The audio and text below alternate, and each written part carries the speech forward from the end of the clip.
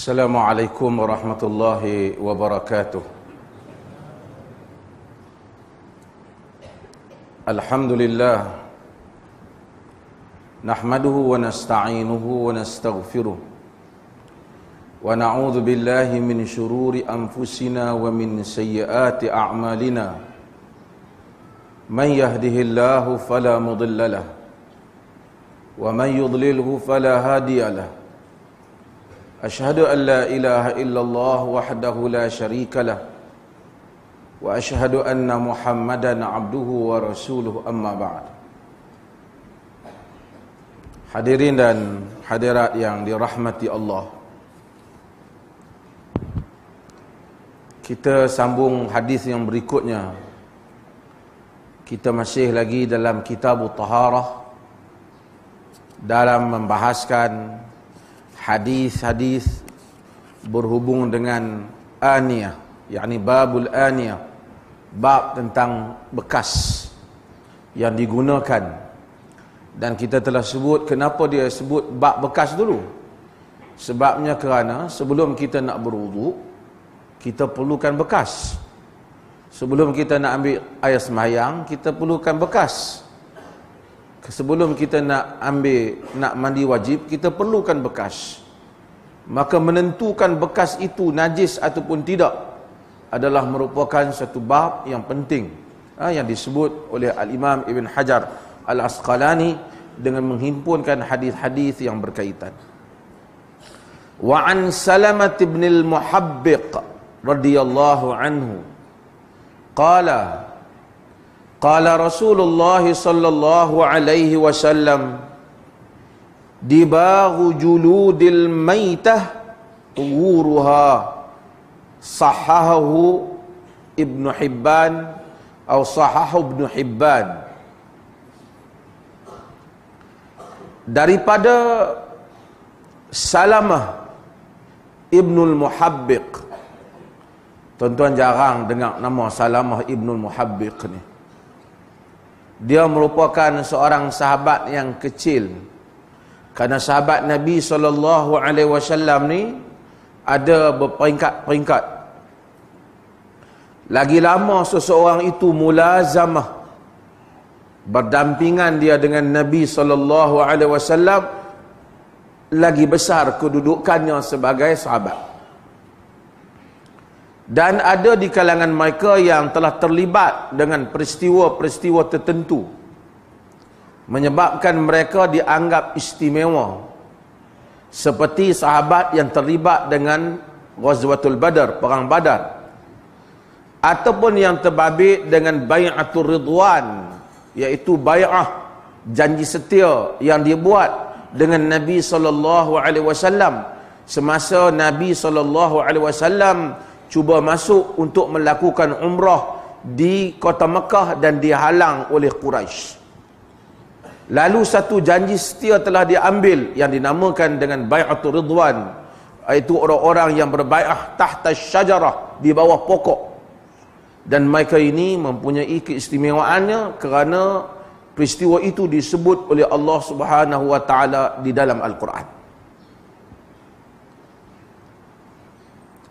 Salamah Ibnul Muhabbiq ni merupakan seorang sahabat yang kurang terkenal lah, tak terkenal. Tapi dia meriwayatkan hadis ni daripada Nabi SAW. Dia dikenali dengan Abu Sinan. Abu Sinan. Sebab kerana anak dia nama Sinan. Dan anak dia Sinan ni juga dikatakan bersahabat dengan Nabi SAW. Kerana macam mana yang kita telah bagi tahu sebelum ni, yang dikatakan bersahabat dengan Nabi itu hendaklah man laqiyan nabiyya sallallahu alaihi wasallam wa amana bihi wa mata 'ala al-iman. Sesiapa yang berjumpa dengan Nabi sallallahu alaihi wasallam, beriman dengannya dan mati di atas iman. Iaitu mereka ni sahabat. Kalau yang jumpa sahaja tak beriman, tak sahabat. Beriman sahaja tidak jumpa juga tidak sahabat, walaupun duduk pada zaman Nabi. Kalau beriman, jumpa beriman, tapi mati di atas kafir, kekufuran, tidak juga sahabat.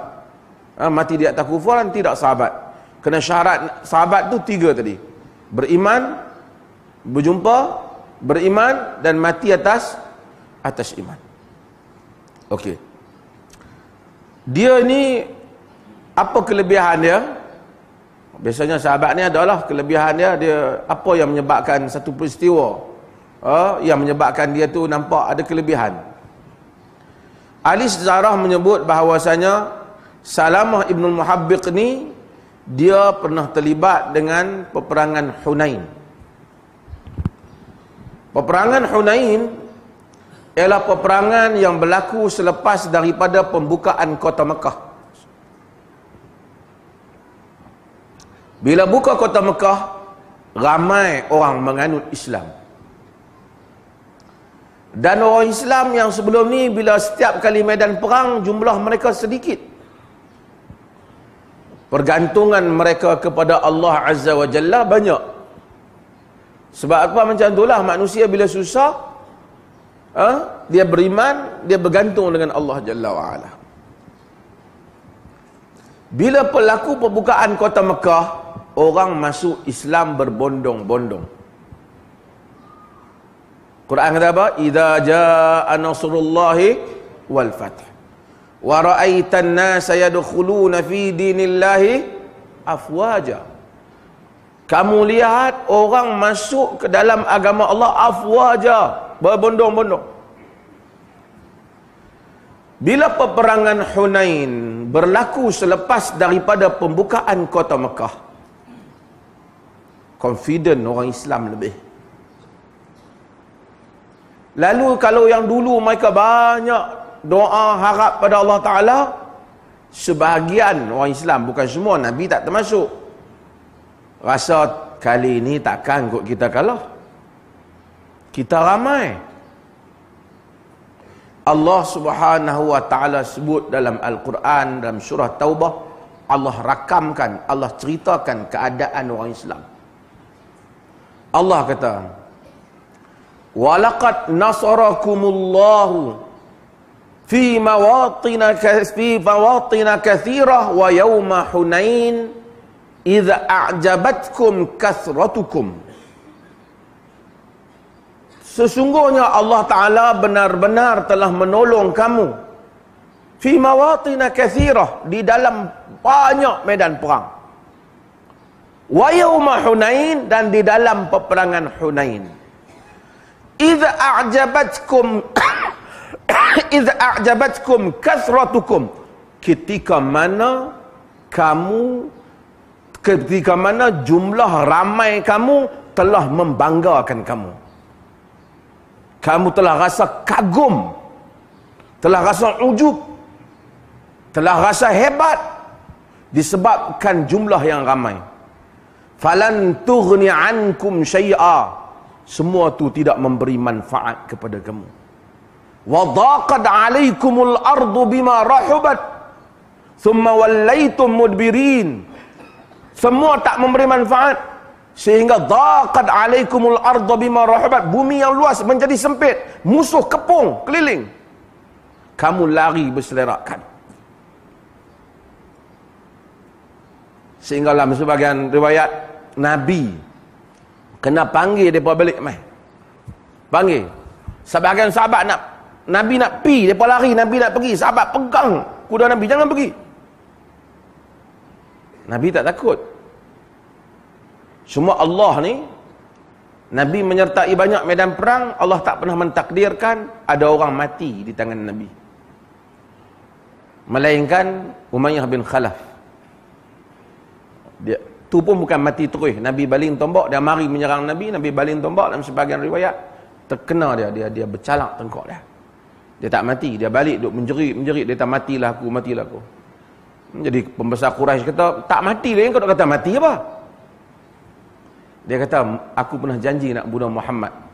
Muhammad kata, bahkan kau akan mati dengan aku. Dia yakin. Kerana seburuk-buruk manusia ni, manusia yang tampil ingin membunuh Nabi, ataupun manusia yang dibunuh oleh Nabi. Teruk lah. Kalau orang tu Nabi pergi bunuh dia, takkah teruk?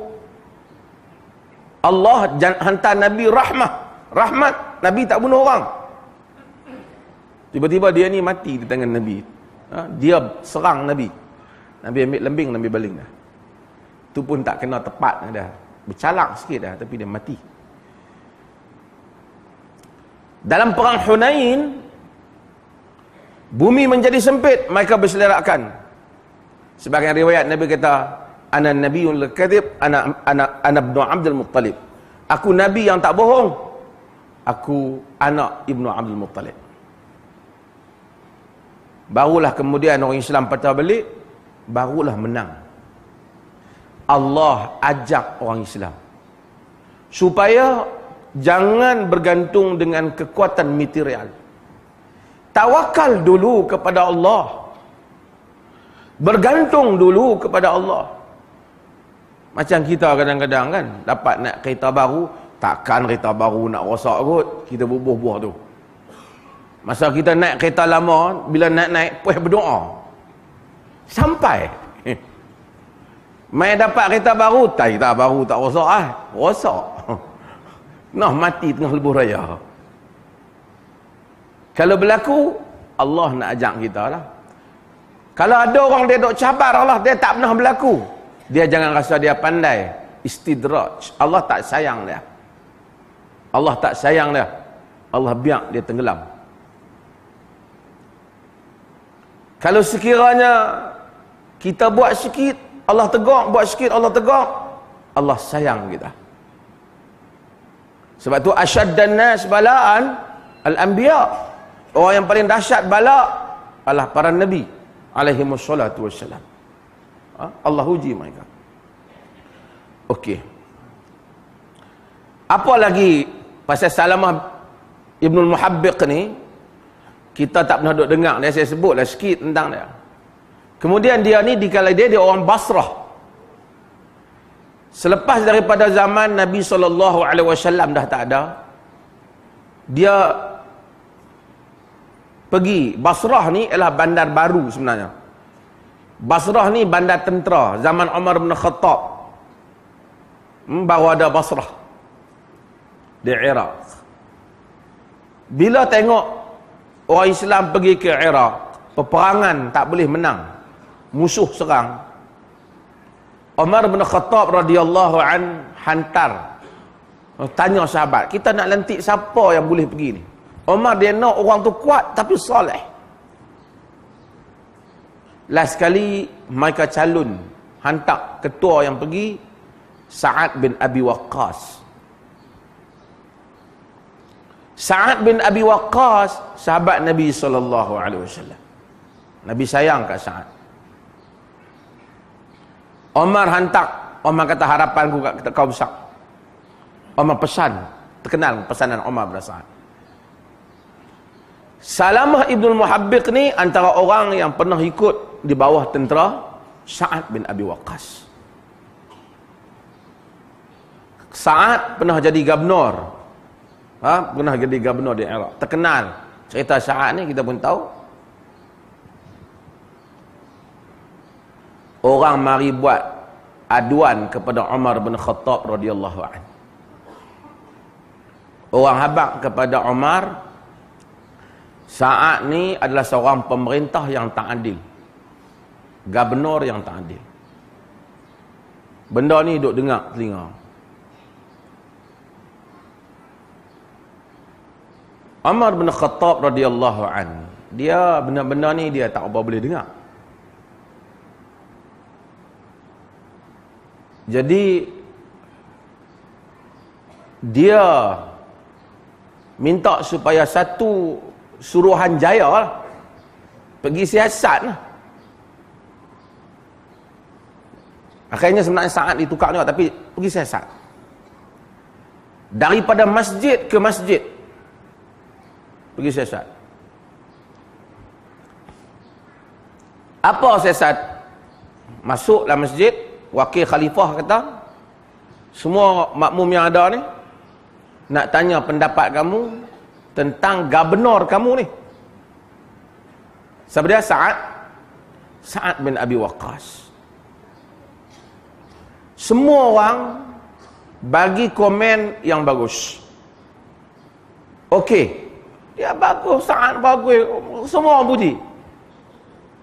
Jadi Suruhanjaya ni, hak dilantik ni, dia pergi daripada satu masjid ke satu masjid nak ambil pungutan suara rakyat. Nak tahu bahawasanya ada masalah dengan gubernur. Lalu sampai ke satu masjid, Masjid Bani Abs. Masjid Bani Abs, bila wakil khalifah tanya, apa pendapat kamu tentang gubernur? Pasal ada orang buat report, ada orang buat bantahan. Bangkit satu orang nama dia Usamah bin Qatadah. Usamah bin Qatadah, dia bangkit, dia ni jenis cakap pandai. Dia kata, idza nasya'tani, kalau idza nasya'tana, jika hang betul-betul nak tanya kami, aku akan boleh bagi tahu tentang Sa'ad. Fa inna Sa'dan, sesungguhnya Sa'ad kata, kana la yasiru sariyah wala yaqsimu bis sawiyah wala ya'dilu fil qadiyah. Ayat tu bunyi elok lah. Adapun Sa'ad la yasiru bis sariyah, orang pergi bela Islam, pertahankan Islam, perang, dia tak pergi. Wala yaqsimu bis sawiyah, dia tak bahagikan harta secara adil di kalangan rakyat.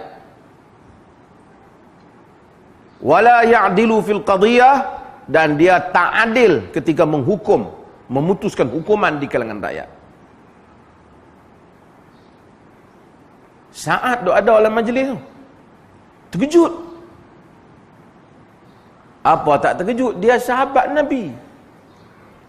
Tuduhan ni bagi kat dia. Ni cerita ni dalam Sahih Bukhari. Sa'ad kata, amma wallahi, adapun demi Allah, la ad'uwan nabi salas, aku akan doa dengan 3 benda. Dia doa di khalayak ramai. Kata Sa'ad, Allahumma in kana hadha kadhib, Allahumma in kana abduka hadha kadhiban, Allahumma in kana abduka hadha kadhiban wa qama riya'an wa sum'atan fa'atil umrahu wa atil faqrahu wa 'aridhu bil fitan. Ya Allah, Allahumma in kana abduka hadha kadhiban, ya Allah, jika hamba-Mu ini, dia ni pendusta, wa qama ria'an wa sum'atan, dia berdiri kerana nak menunjuk saja, nak kata kat aku, nak bagi orang dengar, fa'atil umrahu, panjangkan umurnya, wa atil faqrahu, panjangkanlah kefakirannya,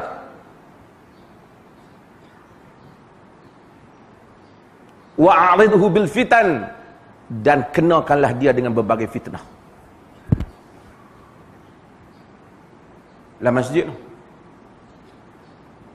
selepas Sa'ad doa kepada dia, dalam riwayat, dalam report Sahih Bukhari, rawi menyatakan, kami tengok dia ni tua, panjang umur, sampai bulu mata, bulu kening ni Panjang dan turun ke mata dia. Dan sangat miskin. Sehingga ke akhir hayat dia, dia kacau anak dara orang di jalan raya. Di jalan ni, dia tahan anak dara. Jadi orang kira orang tua gila lah. Dia buat kerja macam tu, dah tua-tua. Orang tanya dia, buat apalah dah tua-tua buat perangai macam ni? Kata dia, asabatni da'watu Sa'ad. Telah menimpa aku doa Sa'ad. Dalam sebahagian riwayat, dia sebut, asabatni da'watu rajulin mubarak. Telah menimpa aku doa seorang lelaki yang diberkati. Sehingga ke akhir hayat dah. Riwayat ini menunjukkan bahawasanya seseorang tu boleh doa ke orang lain jika orang menzalimi dia. Sahabat Nabi Sa'id bin Zaid, sahabat Nabi, dia pernah dituduh oleh satu orang yang bernama Arwa bin Aus binti Aus. Arwa binti Aus tuduh dia curi tanah. Bawa kes pikat gubernur, sedangkan dia sahabat Nabi. Ni zaman ni semua cerita ni Nabi dah tak ada. Nabi dah wafat. Cerita selepas kewafatan Nabi. Dia kata, Allahumma in kanat kadhibatan. Ya Allah, jika dia ni bohong, fa'mi basaraha, butakanlah matanya. Waqtulha fi ardiha, bunuhlah dia di buminya sendiri. Di tanah dia sendiri. Dan Arwa binti Aus buta. Dan mati kerana jatuh dalam lubang di tanah dia sendiri. Tapi kesemua doa-doa ini, kita tengok dia tak doa terus. Dia kata, Allahumma in kana hadha, Allahumma in kana abduka hadha, ya Allah, jika dia ini berbohong. Jadi boleh tak kalau orang buat nanya kita kata, ya Allah, jika dia ini berbohong, maka jadikanlah dia sekian-sekian. Dan Nabi SAW menyebut, ittaqu da'watal mazlum fa innahu laysa bainaha wa bainallahil hijab. Takutlah doa orang yang kena zalim, kerana tidak ada di antara dia dan Allah hijab. Hatta yang menzalimi kita tu, walaupun dia jahat, dia mari masjid ke apa, dia curi kasut je, kita pukul dia sampai separuh mati. Dia ambil kasut silap lah, kata kan, curi tu salah lah, kita buat lebih daripada yang patut. Nabi kata, wa in kana fajiran, sekalipun dia jahat, fa fujuruhu ala nafsihi, kejahatan dia tu atas diri dia, tapi kita zalim dia. Oleh kerana kita tahu dia ni tak berapa bagus sikit, kita buat zalim kat dia, doa dia kepada kita tetap akan kena.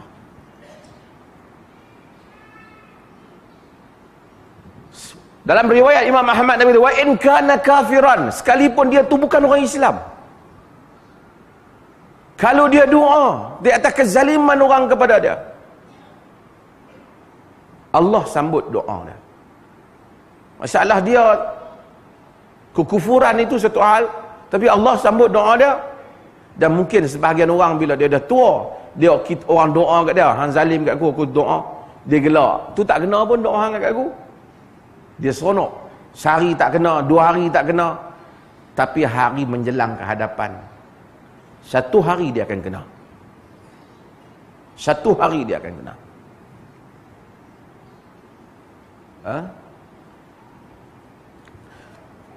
Apa kata dia hadis ni? Qala Rasulullah sallallahu alaihi wasallam, dibaru juludil maitah tuhuruha. Dibak, dia tulis apa situ? Sama, sertu. Terjemahan kitab tu apa? Okey. Macam saya sebutlah, boleh sertu atau sama. Sama kulit bangkai adalah tuhuruha, iaitu pensuciannya. dekat nak sama dengan hadis yang diriwayatkan oleh Ibnu Abbas yang kita baca pada minggu lepas. Dalam riwayat lain, hadis ini riwayat Ibn Hibban. Ibn Hibban adalah salah seorang, saya dah sebut, salah seorang daripada ulama hadis yang mempunyai collection ataupun himpunan kitab hadis, iaitu Sahih Ibn Hibban. Namun para ulama, Sahih Ibn Hibban maksudnya authentic, buku dia yang sahih lah. Namun begitu para ulama telah menilai balik riwayat-riwayat Ibn Hibban, mereka menyatakan Ibn Hibban ni tasahul, maksudnya dia terlalu mudah untuk bagi status sahih tu. Kerana banyak hadis-hadis yang tidak sampai kepada status sahih disahihkan oleh Ibn Hibban, kerana metod Ibn Hibban dalam masalah ini yang majoriti para ulama tidak setuju, iaitu dalam mentausiqkan rawi yang majhul, iaitu meletakkan siqah kepada rawi yang majhul. Tuan-tuan faham tak? Siapa yang mengaji hadis dia faham lah. Hak tak faham pun kira buat macam faham. Okey. Besok ni cuti. Saya duk ingat tadi nak mai kuliah tau, orang ramai cuti. Ingat ramai cuti. Tuan-tuan cuti esok? Center Sunnah cuti esok? Oh, cuti. Okey. Dibagul adim zakatuhu. Sertukan kulit itu merupakan bersih dia. Merupakan sembelihan dia. Kulit ni tak bersih. Bukan kulit kita. Kulit apa ni? Kita dah sebut berapa mazhab dah? Banyak mazhab dalam masalah ni. Yang satu kata apa dah? Kulit yang mana binatang itu halal dimakan sahaja. Maksud binatang tu halal dimakan, mati secara bangkai. Lembu langgar lori, kambing mati makan racun. Daging dia kita tak boleh makan, tapi kulit dia kita boleh ambil dan kita dibagh, sertu dia. Sertu tu apa? Maksudnya kita bagi hilang segala daging, lemak, sehingga tinggal kulit saja. Macam mana cara nak sertu dia? Cara nak sertu dia ialah dengan cara apa? Dengan cara, dalam hadis nanti kita akan sebut, dia sebut qarad. Qarad dia terjemah apa? Dalam hadis kemudian tuan-tuan, nanti daun yang digunakan untuk membersihkan tu, ataupun buatlah apa saja, garam ke apa, yang penting bersih. Kalau kita basuh dengan air laut pun dia tak bersih, tak boleh. Zaman sekarang teknologi, dia pakai dengan bahan kimia, bahan apa, diiktiraf tak? Diiktiraf.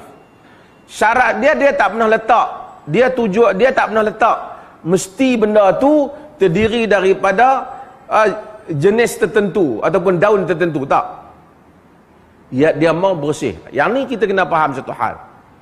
Sekarang ni ada kita pergi ke masalah kebersihan pakaian yang kita pakai dalam solat dan seumpama. Sekarang ni ada apa? Cuci pakai wap. Kan? Boleh tak cuci pakai wap ni? Baju kita pergi dia pakai dia kemudian dia cuci baju kita, hilang. Dia benda ni bukan ada macam wudu, mesti mula dengan sekian, berakhir dengan tak. Maksud, tujuan, objektif daripada pembersihan pakaian, hilangnya kesan najis. Jika hilang, okey, diterima sebagai bersih, tak kira pakai apa pun. Jika tidak hilang, tak dianggap sebagai bersih. Maka dia kata apabila telah disertu, maka sama seperti pembersihan. Okey. Hadis yang berikutnya, pasal hadis ni dekat nak sama makna.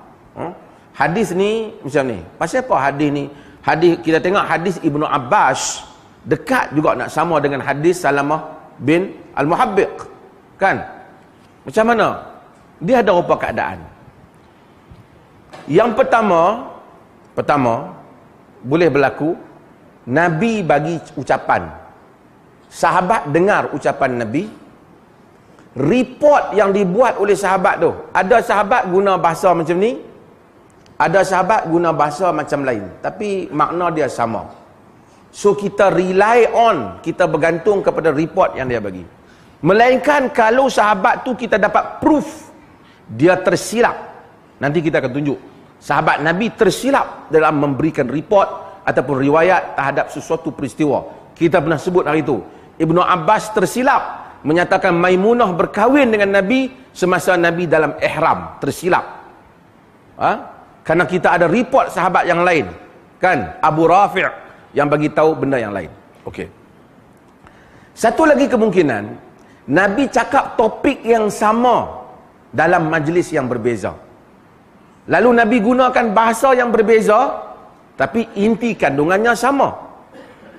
So kita akan tengok riwayat Ali macam ni, riwayat sahabat yang lain macam lain.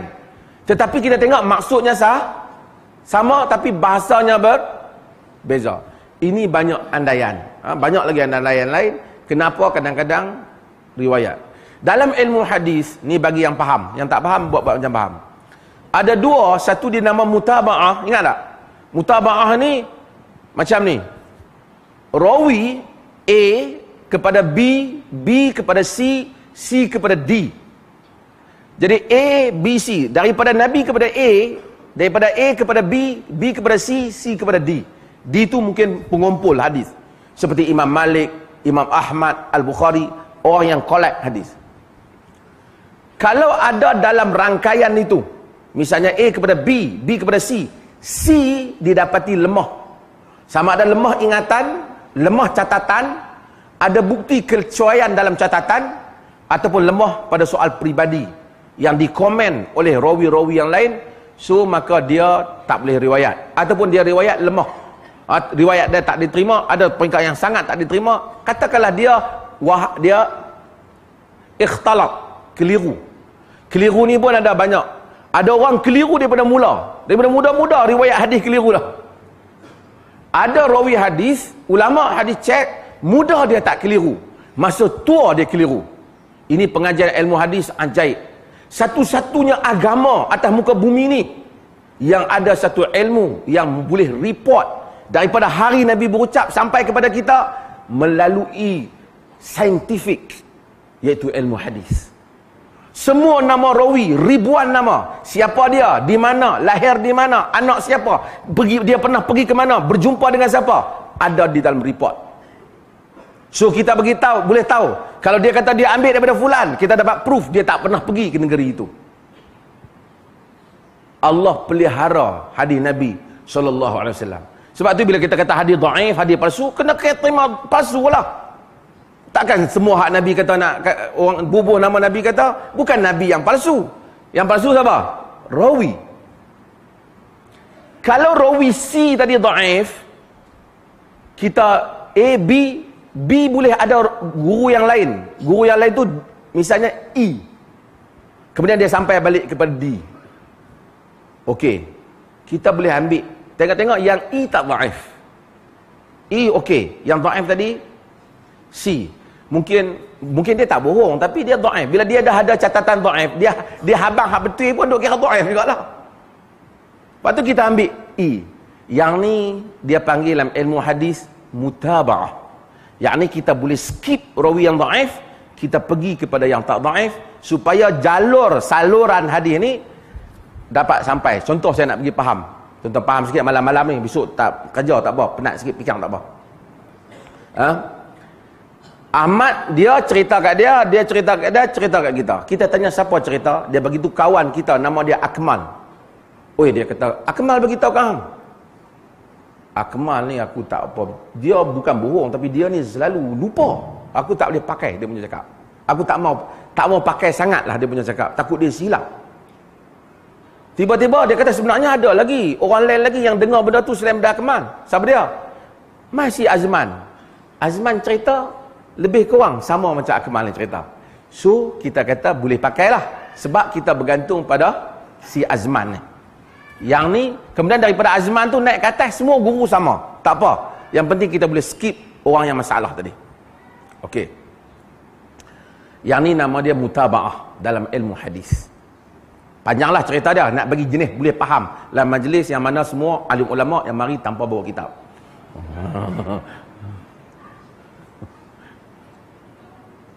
Okey. Satu lagi, mutaba'ah ni dia sahabat yang punca hadis tu sama. Kalau Abu Hurairah. Semua yang punca Abu Hurairah. Tapi kalau sahabat tu punca dia orang lain, mai punca dia tadi Ibnu Abbas, yang ni punca dia Salamah bin Al-Muhabbiq, yang ni dia panggil syahid, saksi, bukti ni evidence daripada pihak yang lain. Ini satu ilmu lah. So kadang-kadang dia kata hadis ini hasan disebabkan dengan syawahid, dengan syahid, jangan penyaksian. Maksudnya rawi yang lain, sahabat yang lain. Hadis ini sahih kerana baginya ada mutaba'ah, maksudnya dia boleh skip tadi. Yang tu tak faham, kena pi itu center of sunnah. Okey. Balik wa an Maimunah radhiyallahu anha, daripada Maimunah radhiyallahu anha. Siapa dia Maimunah? Siapa Maimunah? Isteri Nabi sallallahu alaihi wasallam. Nabi ni setelah dia kahwin dengan Maimunah, dikatakan dia tak kahwin dah dengan orang lain. Maimunah ni adalah siapa? Mak saudara siapa? Seminggu mengaji lupa, hebat. Mak saudara siapa? Ibu saudara Ibnu Abbas. Sebab tu ada report, riwayat yang Ibnu Abbas duduk di rumah dia dan solat di rumah dia. Maimunah bintu Harith Ummul Mukminin. Nabi ni isteri dia ramai. Orang tanya pasal apa Nabi isteri dia ramai. Kadang-kadang dia kahwin kebanyakannya janda. Salah satu sebabnya ialah kerana Nabi ni nak kena ada report tentang kehidupan dia.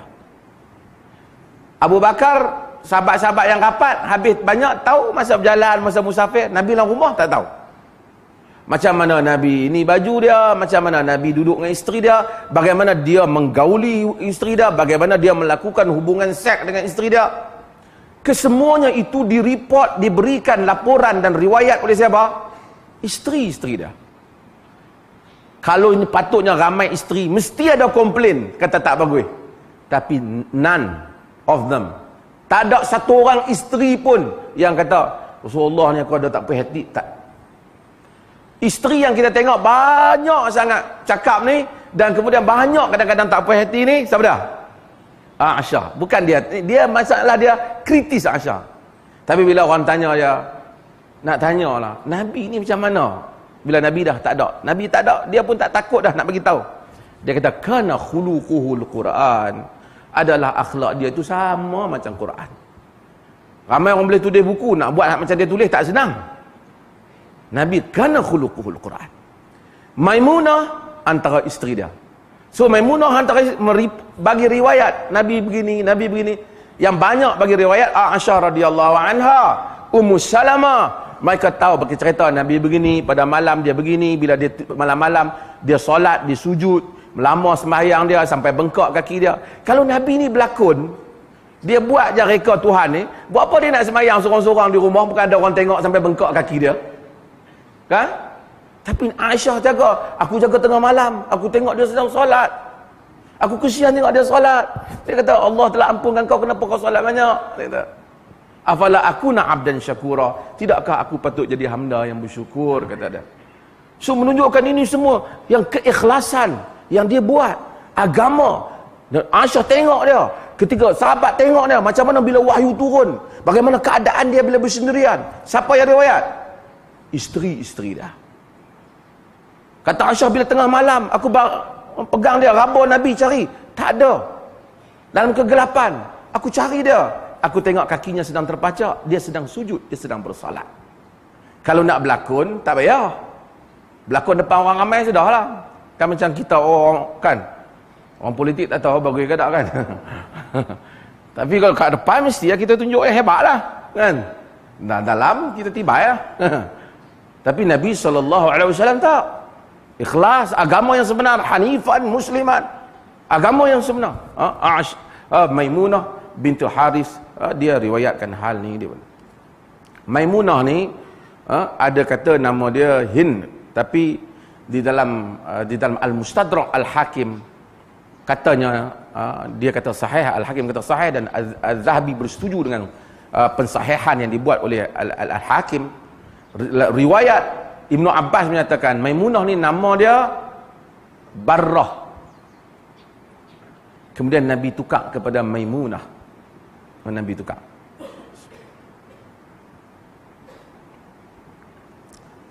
Barrah ni maksudnya lambang kebaikan. Tapi Nabi tukar. Katanya ada beberapa orang yang Nabi tukar. Arab ramai nama Barrah. Zainab tu nama dia Barrah Zainab binti Jahsh. Nabi tukar. Nabi ada isteri lain yang muda, nama dia Juwairiyah. Nama dia katanya asalnya namanya juga Barrah. Nabi tukar. Pasal apa Nabi tukar? Tukar nama ni. Padahal nama tu baik, lambang kebaikan, lambang. Sebab nama ni macam Barrah, lambang kebaikan ni macam berlebihan memuji diri sendiri. Sedangkan Quran kata wala tuzakku anfusakum huwa a'lamu bimanittaqa. Jangan kamu mensucikan, mengangkat ketinggian diri kamu sendiri. Tuhan itu lebih tahu sesiapa yang bertakwa. Jadi Nabi tukar. Sebab itu kita tanya jugalah kalau ada orang nama macam nama Khairun Nas, sebaik-baik manusia. Rasanya nama tu memang makna bagus, tapi dia boleh maksud macam ni. Berlebihan di dalam memuji diri sendiri. Sedangkan agama itu ada kesederhanaannya. Dia tak mau macam kita puji diri kita terlebihan. Agama bukan mau orang angkat diri dia sendiri. Sebab itu Nabi kata, nahnu la nuwalli hadzal amr man sa'alahu aw harisana alaih. Kami tak lantik jawatan di dalam apa-apa jawatan ni, orang yang minta jawatan dan orang yang teringin sangat dengan jawatan. Tu nak kena tengok kan siapa yang ada minta kan. Okey, kenapa? Kerana ia amanah. Diri kita juga. Nabi SAW, Nabi tukar nama orang. Ada orang nama Nabi namanya Asiyah. Asiyah maksudnya ahli maksiat. Nabi kata anti jamilah. Kau nama kau jamilah. Cantik. Cantik tak apa. Cantik ni dia bukan puji ketinggian diri. Cantik, fact lah. Tapi kata saya adalah orang yang terbaik, akhlak yang tertinggi. Payah tu. Agama tak mau tu. Ada orang nama Jamilah, Nabi tukar. Ada orang nama dia Hazan. Duka cita. Nabi kata anta sahal. Engkau sahal. Tapi Nabi tak tukar nama bapa orang. Bapa dia yang tak masuk Islam, Nabi tak tukar. Amr bin As. Al-As tu maksudnya kaki maksiat lah, kaki derhaka. Al-As, Asin. Tapi nama dia, anak dia nama Amr. Amr masuk Islam. Nabi tak ubah nama bapa dia. Kita orang masuk Islam, kita pergi ubah pak dia jadi Abdullah. Sedangkan yang masuk anak dia. Yang ni tak betul. Nabi tak ubah nama bapa. Pasal bapa dia memang tak masuk Islam. Ada sahabat-sahabat yang masuk, bapa dia pun nama bin Abdul Asad, bagi hamba singa. Abdullah, hamba berhala Lata. Nabi hanya ubah nama kawan yang masuk Islam tu jika nama dia tak elok. Jika nama dia elok, Nabi tak ubah. Dan para ulama menyebut tentang nama ni, secara kebetulan ada orang main rumah saya sebelum tu. Dia zaman sekarang orang kan tak mau nama-nama biasa ni, mana standard nama Abdul Rahman, Abdullah, apa nama ni orang kata tak up to date lah. Nama mesti cari dalam internet biar tak faham asal bunyi cantik kan. Macam-macam. So kadang-kadang orang duk mari nama macam-macam. Kadang-kadang niat dia ikhlas, dia nak cari nama. Cuma kita nak kena konteks bahasa. Itu yang kata ada nama Damia lah apa semua. Bukan ada. Ada orang dia nama dia pun nama anak dia Zafir. Zafir ni maksudnya jeritan. Ahli neraka tu Zafir, dia jeritan dalam neraka. Tapi dia kata ambil nama di mana? Dia kata dia ambil nama dalam internet lah. Internet tu dia aja Zafir. Mungkin dia maksudkan Zafir. Maksudnya kemenangan. Arab dia beza lah. Wa, za, lain. Kita semua orang Melayu, semua kan. So kita kena, kerana Umar bin Khattab radhiyallahu an, orang mari kat dia, tanya dia nama apa? Dia kontu kata nama dia Syihab kata, kan. Nama dia Jamrah. Jamrah ni api. Bara api. Daripada apa? Syihab, ketulan api.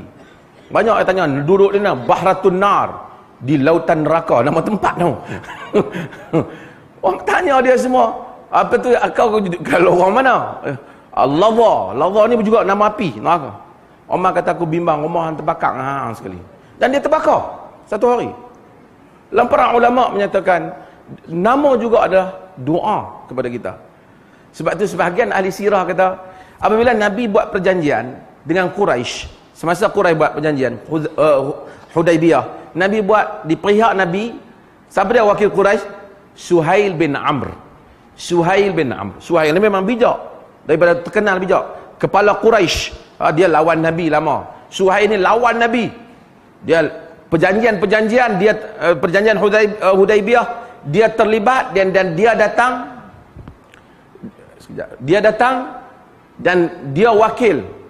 Nabi kata bismillahirrahmanirrahim. Tulis bismillahirrahmanirrahim. Dia kata la nadri mal rahman. Kami tak tahu apa dia ar-Rahman. Nak tulis ar-Rahman, kami tak tahu. Bismikallahumma, tulis dengan namamu ya Allah. Ali tolong tulis untuk pihak Nabi. Ali tak mau padam, Nabi kata padam, ikut yang dia mau. Nabi bila perundingan, Nabi dia fleksibel. Dia tu tak mau bismillahirrahmanirrahim, nak buat perjanjian. Dia nak bismikallahumma, dengan namamu ya Allah, macam yang Quraisy sebut. Tak apa, Nabi kata buat macam yang dia mau. Tak apa, bismikallah apa okey. Ali tak mau padam. Sahabat tak mau padam. Nabi tanya kat mana? Dia tunjuk, Nabi padam. Nabi padam. Sebab apa? Dia buat perjanjian dengan Nabi, akhirnya siap perjanjian tu. Kata para ulama sebahagiannya, sebabnya perjanjian tu mudah kerana nama dia Suhail. Suhail ni maksud sahal. Sahal ni mudah. Suhail yang kecil mudah, maksudnya yang memudahkan. Suhail nama dia. Suhail bin Amr. Dan Suhail ni akhirnya masuk Islam. Anak dia Abu Jandal dan Abdullah bin Amr Jandal. Anak dia, dua orang masuk Islam awal. Dia tambat anak dia masuk Islam. Dia kurung anak dia. Tapi akhirnya dia masuk. Dia paling membenci Nabi. Tapi akhirnya dia masuk Islam. Sahabat tengok masa dia masuk Islam, dia sangat dekat dengan Nabi.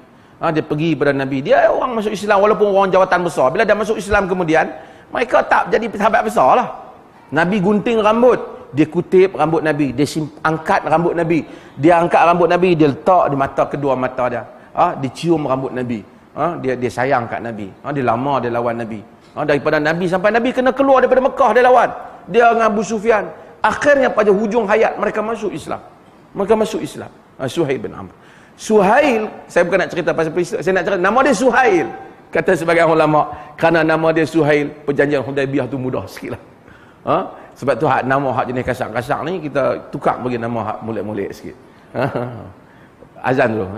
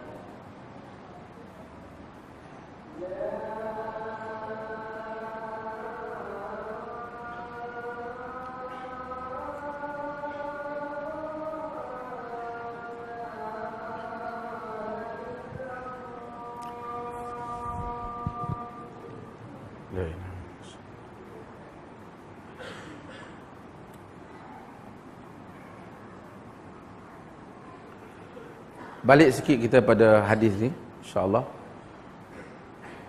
Maran Nabi sallallahu alaihi wasallam bi syatin yajurrunaha faqala law akhadhtum ihabaha. Ini hadis yang kita telah baca pada minggu yang lepas ketika kita huraikan hadis yang awal. Nabi lalu, Nabi tengok satu bangkai kambing. Nabi SAW kata, lau akhadtum ihabaha, jika kamu ambil kulit dia. Sahabat kata, innaha maitah, dia adalah bangkai. Yutahhiruhal ma' wal qarad, dia dibersihkan oleh air dan qarad. Qarad ni sejenis pokok, daun. Dia terjemah apa dalam kitab kamu? Daun salam. Daun salam. Daun ni ada kena tulis qarad. Kalau dalam internet kan, dia akan naiklah gambar pokok tu. Dia ambil pokok tu, dia nak macam kangkung tu. Kemudian dia cuci segala kulit-kulit lemak-lemak yang ada sehingga kering. Dalam erti kata lain, apabila kulit tu diletakkan balik air ataupun susu, dia tak mari kepada bawah itu. Dia tak rosakkan makanan. Maka artinya dia bersihlah. Kalau itu telah dilakukan, telah sempurnalah yang dikatakan dibagh dengan dilakukan hal ini. Kalau zaman lah tak semesti pakai daun lah, apa saja teknologi yang ada, bahan kimia yang ada yang boleh membersihkannya. Wallahu taala alam. Ada soalan?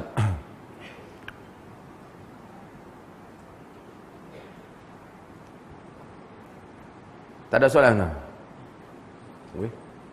Biasanya banyak soalan.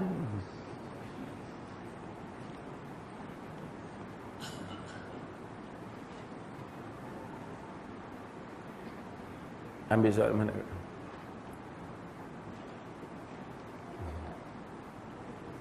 Dia kadang-kadang orang belakang hantar soalan. Ada badan penapis. Hak depan baca dulu. Semua nak mana? Orang hantar dia sebagai amanah.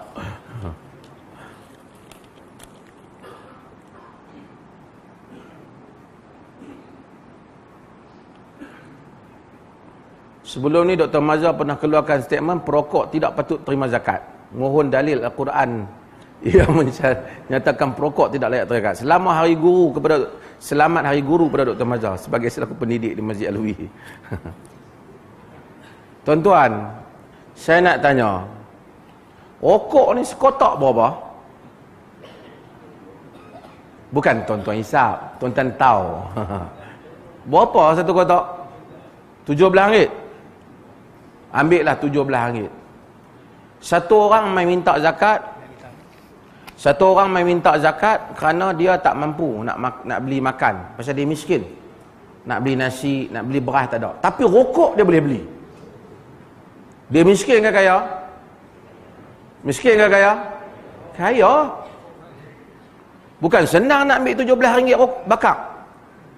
Bakar mercun nampak cantik. Bakar rokok masuk rosak dada, dia sanggup? Kalau dia mampu beli rokok, dia tak masuk dalam fakir miskin. Dan ini saya nak sebut, minta maaf lah, siapa hak nak marah, marahlah. Dia nak marah, ramai. Kadang-kadang orang ni, memang kita disuruh simpati pada orang miskin. Nabi kata, al-yadul ulia, kan, khairun minal yadis sufla. Tangan hak atas lebih baik daripada tangan yang bawah. Maksud yang memberi lebih baik daripada yang menerima. Apabila orang wa ammasa ila falatan tanhar. Orang yang minta, kata Quran, tak payah tengking dia, bagi ke dah. Tapi Nabi SAW larang kita minta untuk kita. Nabi pernah minta. Nabi pernah minta tak? Nabi pernah. Nabi nak perang, Nabi minta. Nabi nak perang Tabuk, Nabi minta. Nabi minta bukan untuk diri Nabi. Nabi minta untuk umat. Ni orang, maksud kita minta untuk diri sendiri. Minta untuk diri sendiri. Asalnya kita disuruh bekerja. Suruh kerja. Saya ceritalah, bukan semua orang kayuh basikal pergi dengan Tuanku Raja Muda. Pergi ke kampung-kampung. Kadang-kala orang ni macam-macam punya duk ada. Macam-macam ada kan. Ada orang bukan senang raja pergi rumah ni. Dia susah kita tahu, tapi susah tu tak apalah kita simpati. Kerana badan nampak sihat. Badan nampak sihat. Tapi dia susah. Ada beberapa jenis. Yang pertama kadang-kadang kalau susah tengok dengan badan yang sihat, kadang-kadang rokok dalam poket. Tapi miskin, kita pergi hantar beras. Saya duk tengok keliling, ada pelepah nyok. Tahu pelepah nyok? Tuan-tuan tahu? Daun kelapa, tahu? Ada pelepah nyok duduk situ. Tak boleh kau rintih pelepah nyok tu raut lidi, tahu raut lidi? Kan? Ambil lidi tu, sapu sampah dah tahu orang nak mai. Nampak semua je depan rumah tu. Bangkai tikus pun ada situ. Tak adakah rasa macam ramai orang nak mai ni? Kalaupun tak kira bukan mufti apa ni, kira apa sangat ni raja mai ni. Cucilah sikit, sapu bakar-bakar sampah sikit, tak boleh. Tak buat.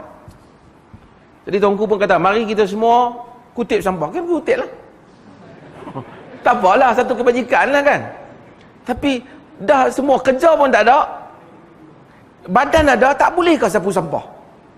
Kadang-kadang orang, bukanlah semua, saya kata semua. Kadang-kadang tak ada kerja, duit main di rumah lagi syok lah. Kadang-kadang orang kata pasal apa maib tak bagi semua. Bukan tak bagi, tapi memang kadang-kadang nak. Kadang-kadang ni tahu, kita kalau ada kawan-kawan nak main rumah, kita tunggu. Tuan raja nak main rumah, dia tak ada, dia wakil kat isteri dia. Pergi mana? Dia kata ada, pergi jumpa kawan mana. Itu satu hal. Kita pergi rumah, isteri dia ada, isteri dia terima bantuan. Ni pada tuanku pergi. Lebih menarik lagi, nak bagi ni, pergi buat bantuan pada hari Jumaat. Hari Jumaat, di masjid. Hijrah minda yang ajar muda boleh duk buat tu. Jadi kalau saya pergi, saya pun kenal bercakap apa semua. Biasanya saya ikut tunggu raja. Sembahyang Jumaat, pergi buat hijrah minda. Yang kata setengah, ada orang ni, bukan semua. Kan? Sembahyang Jumaat ni semua orang kena mari. Laki. Wakil bini. Hantar isteri wakil lepas Jumaat mari ambil bantuan. Abah mana? Abah dia ada kerja abah tau. Kadang-kadang memang kita simpati. Sebab tu agama dia larang. Kalau kita minta sedangkan kita tidak ada keperluan.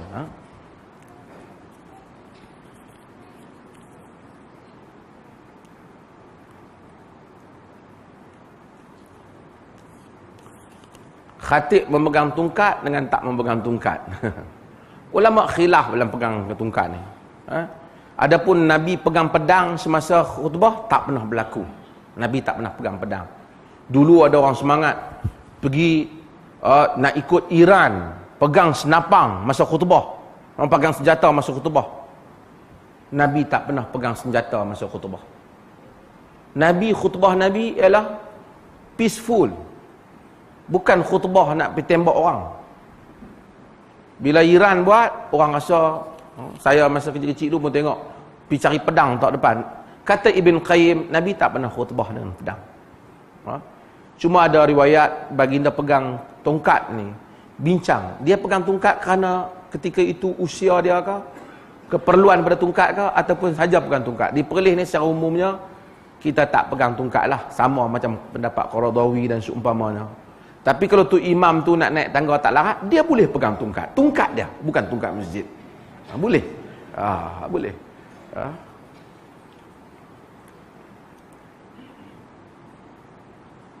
Adakah betul doa selepas azan kita perlu angkat tangan? Doa selepas azan disebut, tapi kita tidak ada riwayat. Doa Nabi angkat tangan ketika doa sabit. Memang Nabi doa. Lebih daripada 70 rawi di kalangan sahabat meriwayatkan Nabi mengangkat tangan ketika doa. Cumanya masa bila dia angkat tangan. Masa bila dia angkat tangan. Jadi tak ada satu riwayat yang menunjukkan sebelum masa ni azan angkat tangan. Dia baca doa. Macam juga sebelum nak makan nasi angkat tangan. Dia baca tapi dia tak angkat tangan. Ada tempat-tempat lain dia angkat tangan, benar.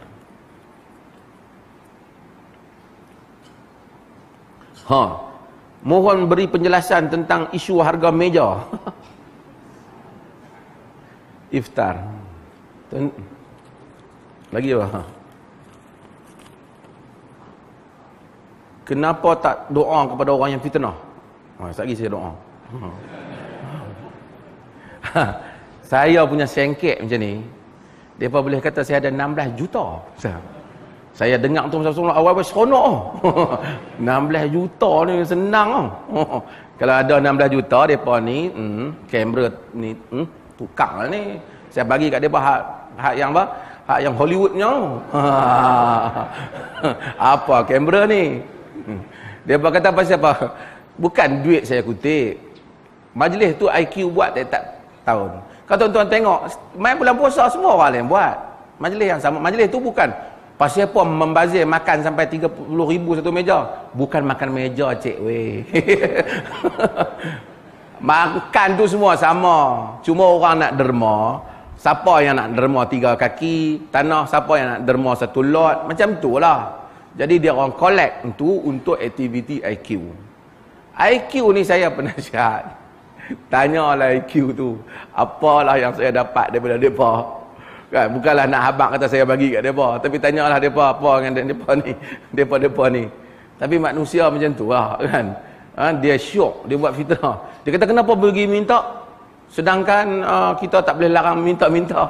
Nabi pun minta. Tapi bukan minta untuk diri kita. Minta untuk Nabi minta nak perang, Nabi minta. Kita bukan minta untuk urusan awam. Tapi macam tu lah. Macam tadi Qatadah bin Usamah tadi kan. Usamah bin Qatadah tadi. Usamah bin Qatadah tadi yang dia ni. Saya pun kata macam tu lah. Tuan-tuan Amin lah dah dia suruh.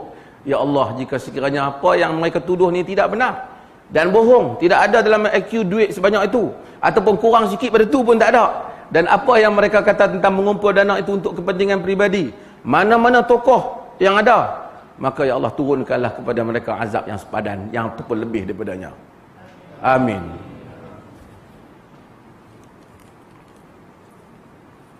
Dah dia suruh doa, kita doa. Setengah orang kita doa, Allah turunkan, mudah-mudahan Allah turun kepada dia. Hari ni mungkin dia tersenyum, dia buat tajuk kita tak tahu siapa yang buat tu kan. Tapi dia kata mana orang boleh cari aku, tapi Allah nampak kan. Wala tahsabannallaha ghafilan amma ya'malu zalimun. Jangan kamu sangka Allah lupa, Allah lalai daripada apa yang dilakukan oleh orang-orang yang zalim. Kita ni yang lain mungkin kita ada kelemahan. Bukan kata nak angkat diri lah kan. Allah larang wala tuzakku anfusakum. Tapi insya-Allah cakap kadang-kadang terkasar ada, semua ada. Tapi setakat hadu hidup ni, duk ingat ni, masalah duit ni tak ada. Ingat kok siapa-siapa tuan-tuan boleh mahabak kata mufti cah dia pergi masjid minta duit supaya bayar, supaya setakat ni setakat saya masih waras ni, seingat saya tak ada. Masjid ni habaq betul terang. Masjid Alwi ni lepas saya kuliah depa bagi. Mana ni Bendahari bagi kat saya duit 200. Bagi tu terus terang. Tapi duit ni saya bedakan kepada ni semua ni hak ada ni. Depa ni pun walaupun keramat wali, tapi depa gagal lagi untuk bubuh dalam minyak kereta depa tu ayak. So kita kena, kamera ni ada harga, semua ada harga. Ada banyak pertubuhan yang mari ke Perlis apa, semua ni tak boleh, bukan ada duit Jabatan Mufti.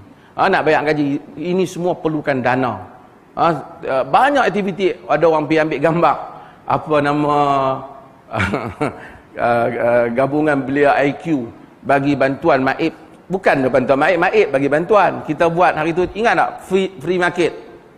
Adalah lama maib. Dia kata Mufti telah gunakan kedudukan dia untuk ambil duit maib bagi kat pertubuhan dia. Tak ada satu kerja. Kalau tidak, kalau saya nak guna, saya tak pakai kereta buruk tu. BMW 8 siri, bukan 7 siri. Setakat ni kereta ni pun sama ada Saga tu ada satu kereta besar Estima tu ya. Yang lain tu kereta kerajaan. Tapi memanglah dunia. Budak-budak sebahagian tu geng mengaku sunnah. Ada orang marah sebab apa? Ni dia kata ada orang kena tangkap khalwat, tapi dia hentam Mufti Perlis. Dia salah.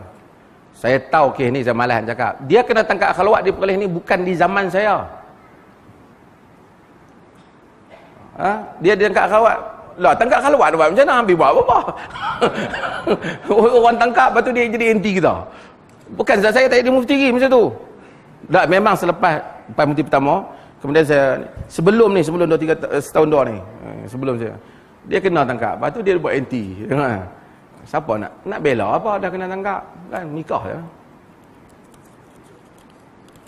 Lepas tu lah dia dah habaq dia sunnah sejati. Sunnah sejati okey lah, bagus ya. Kenapa harga iftar perdana mahal? Ada soalan. Kerana meja tu dia buat sayok. Cicah dengan geram belacan. Dia bukan harga meja. Saya sebenarnya program tu bukan saya yang buat. Saya post saja. Program tu depa mana ada saya dah masa. Depa buat di KL. Depa buat, depa yang mesyuarat, depa yang semua buat. Depa buat poster, saya masukkan sajalah. Adalah gambar saya sebagai penceramah. Jadi ada mangkuk cawan apa semua ni dengki lah. Jadi dia kata, "Oh, mana boleh membazir makan 30,000." Bukan makan tu 30,000, makan tu sama ya. Bagi sumbangan tu 30,000. Nak ambil duit mana 30,000 ayat susah. Bukan orang wajibkan bagi yang ada duit je lah. Kita buka tanah lot orang nak wakaf RM30, RM50, RM5, terpulang orang nak bayar macam mana. Tak tahu buat. Hak lain pun tak, kawan nak bising hak parti politik tu, parti dia pun buat. Bukanlah saya nak bela sangat, tapi tak apa, satu kelucuan.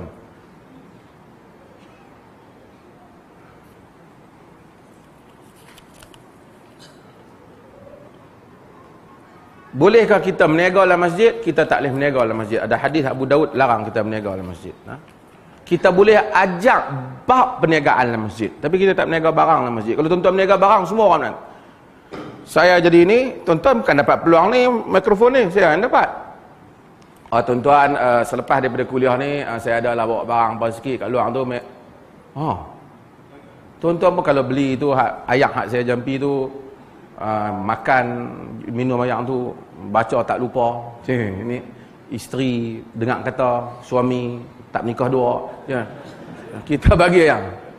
Dia kata apa beza? Orang kata apa beza dengan meja tadi? Beza. Yang tu tak ada tawaran apa. Tawaran dia hanya benda terkah bab pahala. Ini kita janji.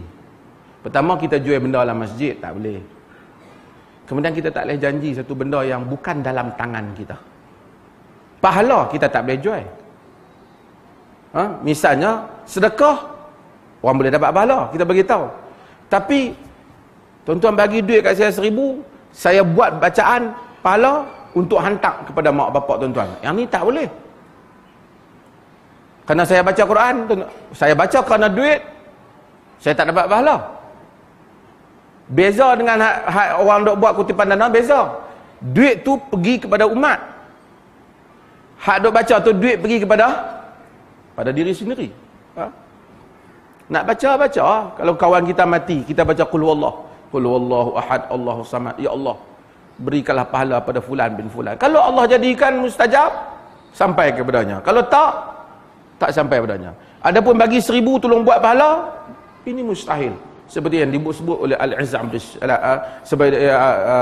seperti yang disebut dalam syarah Aqidah Tahawiyah. Abil Izz Al-Hanafi. Ada ke soalan? Habislah. Siapa ada soalan? Mudah-mudahan Allah Ta'ala rahmati kita. Walaupun ramai ada yang kurang kuliah mana ni, tapi insyaAllah. Ada soalan. Tengok kita Wabi kita apa? Pun mai kuliah. Ngaji fiqh Wabi. Kita Wabi kita, kalau saya sebut Camingkai, dia mai kuliah bukan kerana ada orang buat gambar, ada geng parti amanah ke mana, atau dia main pejabat saya salah ambil gambar. Dia kata Mufti Perlis telah bagi segala duit kepada Ikram. Duit ni tuan-tuan kena tahu sistem dalam maib ni. Mufti tak ada kuasa luluskan duit. Dia ada satu badan, nama dia Jawatan Kuasa Keuangan. Jawatan Kuasa Keuangan tu, saya duduk dalam tu lah juga. Ramai duduk dalam tu. Ahli-ahli tuanku, raja muda sebagai yang dipetua pun tak dapat meluluskan apa-apa yang orang pohon, melainkan menunggu Jawatan Kuasa Keuangan. Sebab tu kena mohonan tu lambat, Jawatan Kuasa tu nak bersidang dulu. Dia luluskan dulu, baru boleh.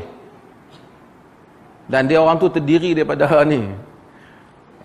Lagi dia tengok Chiang Meng-kai mai dalam apa? Ni telah membenarkan bukan Islam masuk ke dalam masjid. Pencemaran. Kita memang daripada awal menyatakan non-Muslim boleh masuk ke dalam masjid kita. Mereka telah masuk ke dalam masjid Nabi pada zaman Nabi, berdialog dengan Nabi, dan mereka telah beriman dengan mendengar dialog Nabi SAW. Nabi telah menyebut mereka, melayan mereka dengan baik. Bahkan Ibn Ishaq meriwayatkan bahawa Kristian daripada Najran, walaupun ada inqita' dalam riwayat itu, Kristian daripada Najran mari ke dalam masjid Nabi. Kemudian sampai waktu solat, mereka minat solat cara mereka lah. Nabi benarkan, sedangkan mereka duduk dalam masjid Nabi. Demikian toleransi Nabi SAW. Sumamah bin Usal yang telah mencabar Nabi, mengkhianati Nabi, Nabi tambat dia dalam masjid. Setiap kali dia ambil lalu kaifa, Nabi tanya dia apa khabar. 2-3 hari akhirnya dia berubah. Nabi buka dia berkata pergilah. Akhir patutnya dia kena hukum, dia khianat. Dia keluar daripada masjid Nabi, dia pergi ambil, dia pergi mandi, dia patah balik. Dia kata, wahai Muhammad, aku nak masuk Islam. Kerana dia tengok masjid. Dia kata, sebelum datang kau orang yang paling aku benci. Sekarang kau orang yang paling aku sayang. Sebelum aku datang, tanah kau yang paling aku benci. Sekarang bumi ini yang paling aku sayang. Pasal dia tengok orang Islam duduk dalam masjid dengan cara yang baik. Bila non-Muslim masuk ke dalam masjid, kita layan mereka. Mereka datang dalam depan masjid, kita layan mereka, tanya khabar. Jangan duk tanya, mau apa datang sini? Jangan nak tanya macam tu. Tanya elok-elok. Islam tak ajar permusuhan itu. Bukan syarat dia mesti masuk Islam. Tapi kita disuruh untuk menyampaikan supaya agama didengari oleh semua orang. Al-Quran menyatakan, wa in ahadun minal musyrikin istajarak fa'ajirhu hatta yasma'a kalam Allah thumma abligh ma'mana.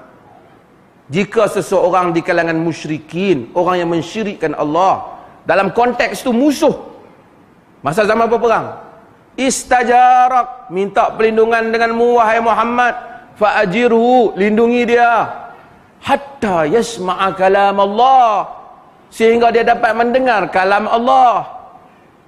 Summa ablighu ma'mana, kemudian hantar dia ke tempat yang selamat.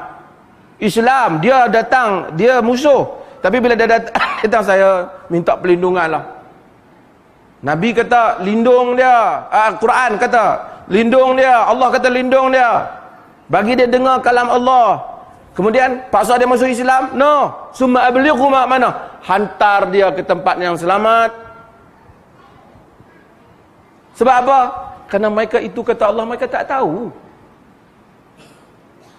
Demikian prinsip yang sama kita apply. Kalau non-Muslim minta perlindungan, kita lindungi dia serta mendengar kalam Allah. Jika ada da'i yang datang ke dalam negara ini minta perlindungan untuk mendengarkan kita kalam Allah, kita lindung tu tak? Kita lindung.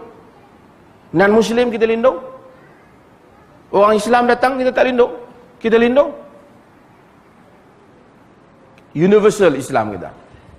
Inilah agama yang untuk semua. Ini adalah agama yang keadilan yang merangkumi semua manusia. Bila Allah kata wa anihkum bainan nasi bil adl, hukum di kalangan manusia dengan adil, maka kita hukum di kalangan manusia dengan adil.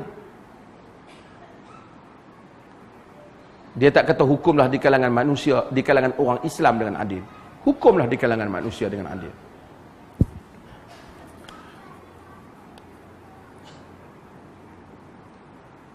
Masjid Alwi akan, ni habis lah.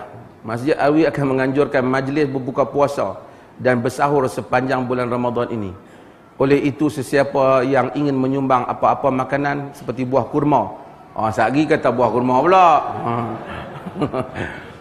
Tak ada mangkuk macam mana. mengalu-alukan dan boleh menyalurkan kepada tuan bendahari. Ni macam ni, simple. Hak mana miskin tak ada buah kurma tak payah. Bila mai bulan puasa, kita semua buka puasa dengan apa? Rotok, tamar. Masjid mampu beli. Saya pengurusi masjid. Tetapi kita bagi peluang lah sesiapa yang rasa nak menyumbang supaya orang buka puasa. Mungkin tuan-tuan tak mampu beli banyak ni. Pergi beli 2 kotak. Bagi. Bendahari simpan. Sepanjang bulan puasa kita gunakan untuk buka puasa. Supaya orang dapat pahala. Bagi orang buka puasa. Fastabiqul khairat. Lagi ada pula. Pasal apa nak paksa rakyat? Menderma. Bukan paksa hang. Hang makan je. Walain derma. Mangkuk.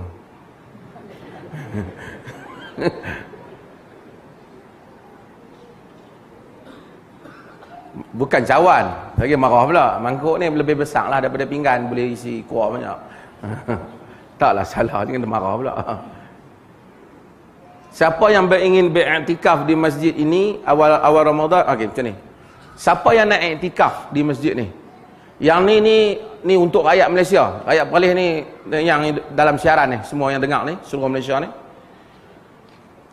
Kita tawarkan di Masjid Alwi sesiapa yang nak mari duduk sebulan ke, nak mai sepanjang bulan Ramadan dia boleh mai duduk sini. Tapi dengan syarat tak mau kotor masjid. Jadi dia bawa beg pakaian dia apa semua bagi kaum lelaki. Ada rumah di belakang sana, dia boleh bubuh lah baju dia semua. Jangan gantung dalam masjid pula. Jadi dia boleh solat di sini, dia nak tidur malam-malam pun jaga lapik jangan air liuk basi dia kena di kapet je. Jadi dia boleh tidur di sini. Sepanjang bulan Ramadan, terutama orang yang luar ramai lah. Barang boleh tak sana. Perempuan lebih kurang saya ingat kata 20 tempat boleh kot cukup 30 tempat dia. 30 tempat ada rumah di belakang sana, dia boleh tidur sana. Siang dia boleh penuhi masjid. 10 malam yang akhir, 10 hari yang akhir i'tikaf kita. I'tikaf kita. Dan i'tikaf ni program dia daripada pagi sampai malam. Hari-hari yang lain ada durus Ramadan lah dalam 20 yang akhir. Lepas tu ada orang kata, nak buka puasa dengan mufti pun nak kena bayar. Ni, insya-Allah saya buka puasa di Masjid Alwi ni. Jadi yang mana tak mau beli meja, mai kita meja di Masjid Alwi ni. InsyaAllah saya buka puasa di sini. Dia kalut. Kita buka puasa di sini. Tuan-tuan pun saya jemput insyaAllah buka puasa di sini lah. Buka puasa di sini. Jadi bila main buka puasa tu, kita sediakan lebih kurang setakat ni lah. Untuk 120 orang buka puasa. Kalau nampak ramai lagi yang nak buka puasa, kita tambah lagi. Kan? Kalau dia bertanya duit ambil mana, hak 16 juta tu lah. Okey. Terima kasih banyak. Sallallahu alaihi Nabi Muhammad. Alhamdulillahirabbil alamin.